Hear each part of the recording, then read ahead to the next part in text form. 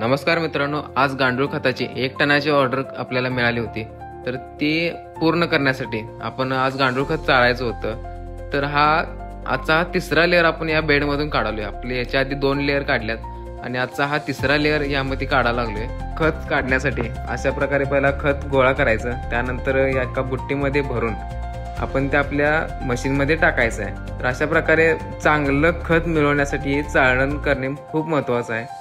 तर अशा प्रकारे आपली ऑटोमॅटिक इलेक्ट्रिक चाळण आहे, ज्यामधून आपण फक्त ओरिजिनल खत बाजूला करून काडी कचरा जो असेल ते बाजूला निघतोय. तर खताची क्वालिटी बघा कशा पद्धतीचं आहे, एकदम काळं सोनं जे आपण म्हणतोय ते या प्रकारचं आहे. मॉइश्चर सुद्धा एकदम चांगल्या प्रकारे आहे.